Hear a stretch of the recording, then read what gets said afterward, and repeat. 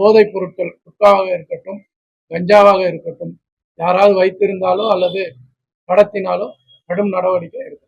திண்டுக்கல் அருகே குடோனில் புகையிலை பொருட்கள் பதுக்கி வைத்து விற்பனை செய்த வட மாநில இளைஞரை கைது செய்த காவல்துறையினர் 300 கிலோ குட்கா போதைப் பொருட்கள் மற்றும் வாகனத்தையும் கைப்பற்றி நடவடிக்கை எடுத்துள்ளனர். திண்டுக்கல் மாவட்ட எஸ்பி ஜெயக்குமாருக்கு புகையிலை பொருட்கள் பதுக்கி வைத்து விற்பனை செய்வதாக ரகசிய தகவல் கிடைத்தது.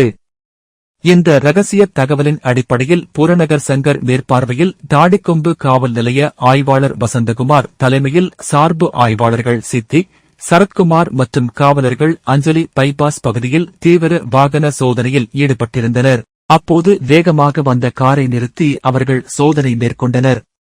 காரில் வந்த நபர் முன்னுக்கு பின் முரணாக பேசியதைத் தொடர்ந்து போலீசார் தீவிர விசாரணை மேற்கொண்ட பொழுது அந்த நபர் ராஜஸ்தான் மாநிலத்தைச் சேர்ந்த தினேஷ்குமார் மகன் முகேஷ்குமார் என்பதும் திண்டுக்கல் அறிவு திருக்கோவில் அருகே ரோஸ் நகர் பகுதியில் குடோனில் மூட்டை மூட்டையாக குட்கா பதுக்கி வைத்து விற்பனை செய்வதும் திண்டுக்கல் மெயின் ரோடு பகுதியில் நந்தி மார்க்கெட்டிங் என்ற கடையில் பணிபுரிவதாகவும் நந்தி மார்க்கெட்டிங் உரிமையாளர் தீபக்குமார் வட மாநிலங்களில் இருந்து புகையிலை பொருட்களை வாங்கி சட்டவிரோதமாக பணி செய்வதும் தெரியவந்தது. இதைத் தொடர்ந்து முகேஷ்குமாரை கைது செய்து குடோனில் இருந்து 300 கிலோ குட்கா, கார் ஆகியவற்றை பறிமுதல் செய்த போலீசார் உரிமையாளர் தீபக்குமார் உள்ளிட்டோரை வலைவீசி தேடி வருகின்றனர்.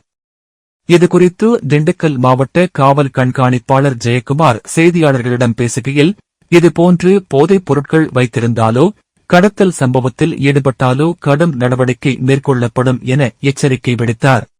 தாடிக்கொம்பு அஞ்சலி ரவுண்டானா அருகே ஆய்வாளர் வசந்தகுமாருக்கு கிடைத்த ரகசிய தகவலின் பேரில் வாகன தணிக்கை செய்திருக்கிறார்கள். அவரும் சரத்குமார் உதவி ஆய்வாளர் மற்றும் காவலர்கள் சேர்ந்து அப்போது சந்தேகத்துக்கிடமான அந்த காரை விசாரித்திருக்கிறார்கள்.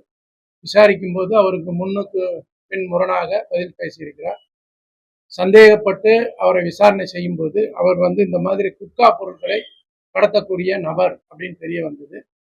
தென் அவரிடம் விசாரித்து இந்த தாடிக்கொம்பு வடமலையான் ஹாஸ்பிட்டலுக்கு அருகே ஒரு குடோன்ல இருந்து இன்னொரு காரையும் பறிமுதல் செய்கிறார்கள்.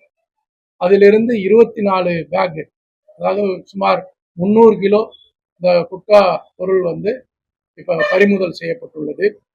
இதுல நம்ம அந்த டிரைவராக இருந்த முகேஷ்குமார் ராஜஸ்தானை சேர்ந்தவர், அவர் இப்ப கைது செய்யப்பட்டுள்ளார். அதுபோல இவருடைய ஓனர் அப்படின்னு யாருன்னு பார்த்தோம்னா தீபக்குமார் என்பவர். அவர்கிட்ட தான் அந்த 24 பேக் இருந்திருக்கு. அவர் தலைமறைவாக இருக்கிறார். அவரை தேடுதல் பணி தனிப்படையினர் செய்து வருகிறார்கள். இந்த தீபக்குமாருக்கு ஆல்ரெடி இது போன்ற வழக்கு இருக்கிறது.